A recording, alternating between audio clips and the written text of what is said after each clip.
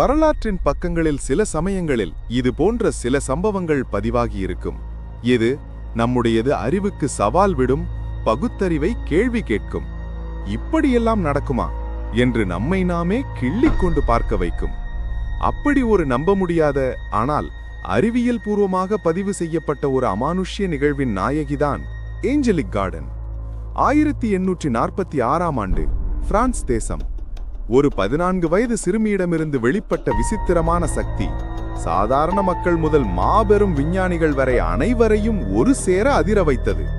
அவள் பேய் பிடித்தவளா அல்லது இயற்கையின் விசித்திரமான படைப்பா? வாருங்கள், கால எந்திரத்தில் ஏறி அந்த ஷாக் கொடுக்கும் கதைக்குள் பயணிப்போம். அமைதியான கிராமத்தில் ஒரு அதிர்ச்சியான துவக்கம். பிரான்சின் வடக்கு பகுதியில் உள்ள போவிக்னி ஒரு அமைதியான அழகிய கிராமம். 1832இல் அங்கு பிறந்த ஏஞ்சலிக் கார்டன் மற்ற சிறுமிகளைப் போலவே ஒரு சாதாரண வாழ்க்கை வாழ்ந்து வந்தாள். ஆனால் 1846ஆம் ஆண்டு ஜனவரி 15ஆம் தேதி அவளது 14வது வயதில் எல்லாம் தலைகீழாக மாறியது. அவள் மற்ற பெண்களுடன் ஒரு பட்டு ஆலையில் வேலை செய்து கொண்டிருந்தாள். ஓக் மரத்தால் செய்யப்பட்ட கனமான நெசவு சட்டத்தில் பட்டு கையூறைகளை நெய்வதுதான் அவர்களது அன்றாட பணி. அன்று ஏஞ்சலிக் தனது சட்டத்தின் அருகே அமர்ந்து வேலையை தொடங்கிய சில நொடிகளில் அந்த அமானுஷ்யம் அரங்கேறியது.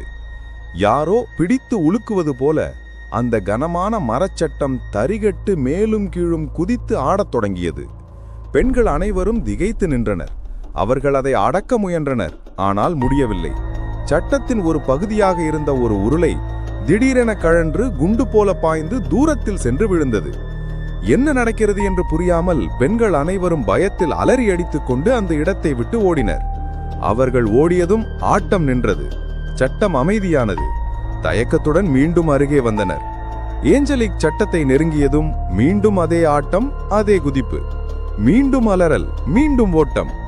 இது பலமுறை தொடர்ந்தபோதுதான் அந்த பெண்கள் ஒரு பயங்கரமான உண்மையை கவனித்தார்கள்.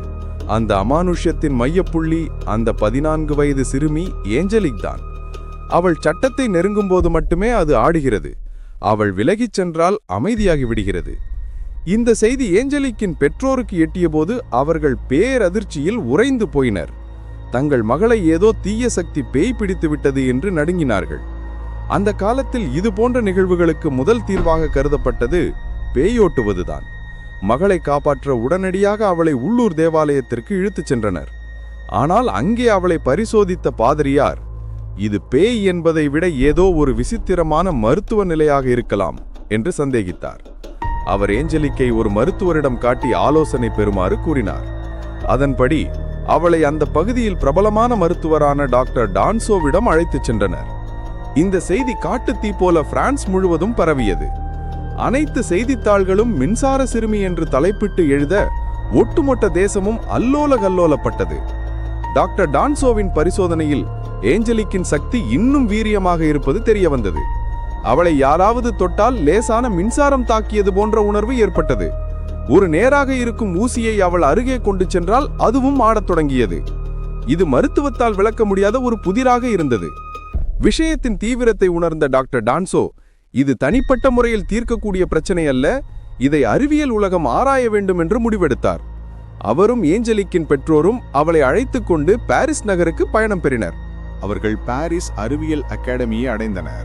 அங்குதான் அந்த நூற்றாண்டின் மாபெரும் ஆளுமைகளில் ஒருவரான பிராங்கோயிஸ் அராகோவை சந்தித்தனர். அராகோ ஒரு சாதாரண விஞ்ஞானி அல்ல. அவர் ஒரு புகழ்பெற்ற வானியலாளர், இயற்பியலாளர், எல்லாவற்றிற்கும் மேலாக பிரான்சின் பிரதமராக சிறிது காலம் பணியாற்றியவர். ஒரு நாட்டின் மிக உயர்ந்த விஞ்ஞான அமைப்பின் தலைவர் அவர்.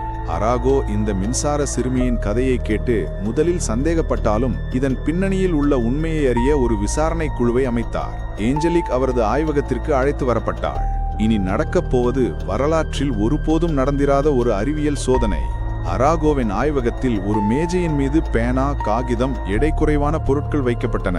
ஏஞ்சலிக் அந்த மேஜையை நெருங்கியதும் அராகோவும் மற்ற விஞ்ஞானிகளும் தங்கள் கண்களையே நம்ப முடியவில்லை. அந்த உயிரற்ற பொருட்கள் அனைத்தும் உயிர் பெற்றது போல அவளை விட்டு விலகி ஓடின. சில பொருட்கள் அவள் கையை நோக்கி ஈர்க்கப்பட்டன. அவள் கையை அசைத்தால் அந்த பொருட்களும் அசைந்தன. இந்த சக்தி மாற 7 மணியிலிருந்து 9 மணி வரை உச்சத்தை அடைவதை அவர்கள் கண்டறிந்தனர். அந்த நேரத்தில் அவளது உடலின் இடது பக்கம் மட்டும் மற்ற பாகங்களை விட அதிக சூடாக இருந்தது. சோதனையின் உச்சகட்டமாக அராகோ ஒரு நாற்காலியின் ஒரு பாதியில் அமர்ந்து கொண்டு மறுபாதியில் ஏஞ்சலிக்கை அமருமாறு கூறினார். அவள் நாற்காலியில் அமர்ந்த அடுத்த நொடி ஒரு மாபெரும் சக்தி அவளை பிடித்து தள்ளுவது போல நாற்காலி அவரை தள்ளிவிட்டு நகர்ந்தது. நாக்கின் மிகப்பெரிய விஞ்ஞானியை ஒரு 14 வயது சிறுமியின் கண்ணுக்கு தெரியாத சக்தி தூக்கி எறிந்தது. அனைத்து சோதனைகளுக்கும் பிறகும் பிராங்கோயிஸ் அராகோ தனது அதிகாரப்பூர்வ அறிக்கையில் ஏஞ்சலிக் கார்டின் எந்தவிதமான ஏமாற்று வேலையும் செய்யவில்லை. அவளிடமிருந்து ஒரு விவரிக்க முடியாத விசித்திரமான சக்தி வெளிப்படுகிறது, அது உண்மையானது என்று உறுதிப்படுத்தினார். மொத்தம் 10 வாரங்கள், சுமார் 2.5 மாதங்கள் இந்த அமானுஷ்ய மின்சக்தி ஏஞ்சலிக்கின் உடலில் குடியிருந்தது. அவள் சென்ற இடமெல்லாம் பரபரப்பு, ஆச்சரியம், பீதி. ஆனால் எப்படி திடீரென்று வந்ததோ அதே போல ஒரு நாள் அந்த சக்தி அவளை விட்டு முழுமையாக அகன்றது. அவள் மீண்டும் ஒரு சாதாரண பெண்ணாக மாறினாள். ஏன் இந்த சக்தி வந்தது, ஏன் போனது? ஒரு சிலர் அவள் பூப்படையும் தருணத்தில் ஏற்பட்ட தீவிரமான ஹார்மோன் மாற்றங்கள் அவளது உடலில் ஒருவிதமான பயோ எலக்ட்ரிக் புயலை உருவாக்கியிருக்கலாம் என்று ஊகித்தனர். ஆனால் அது நிரூபிக்கப்படவில்லை. இறுதி வரை யாராலும் காரணம் கண்டுபிடிக்க முடியாத ஒரு மர்மமாகவே ஏஞ்சலிக்கின் கதை முடிந்து போனது. அவள் அதன் பிறகு ஒரு இயல்பான வாழ்க்கையை வாழ்ந்து திருமணம் செய்து கொண்டு வரலாற்றின் பக்கங்களிலிருந்து மறைந்து போனாள். ஆனால் அவள் விட்டுச் சென்ற கேள்விகள் இன்றும் பதிலற்று நிற்கின்றன. ஒரு மனித உடலால் சுற்றியுள்ள பொருட்களை தூக்கி எறியும் அளவுக்கு ஒரு சக்தியை உருவாக்க முடியுமா, அதுவும் ஒரு சிறுமியால்? ஏஞ்சலிக் கார்டின் கதை இந்த உலகில் நம் அறிவுக்கு எட்டாத மர்மங்கள் இன்னும் எத்தனையோ இருக்கின்றன என்பதற்கு ஒரு ஷாக் கொடுக்கும் சான்றாக நிலைத்து நிற்கிறது. இதுபோல இன்னும் மர்மமான கதைகளை தெரிஞ்சுக்கணும்னா சப்ஸ்கிரைப் பண்ணுங்க.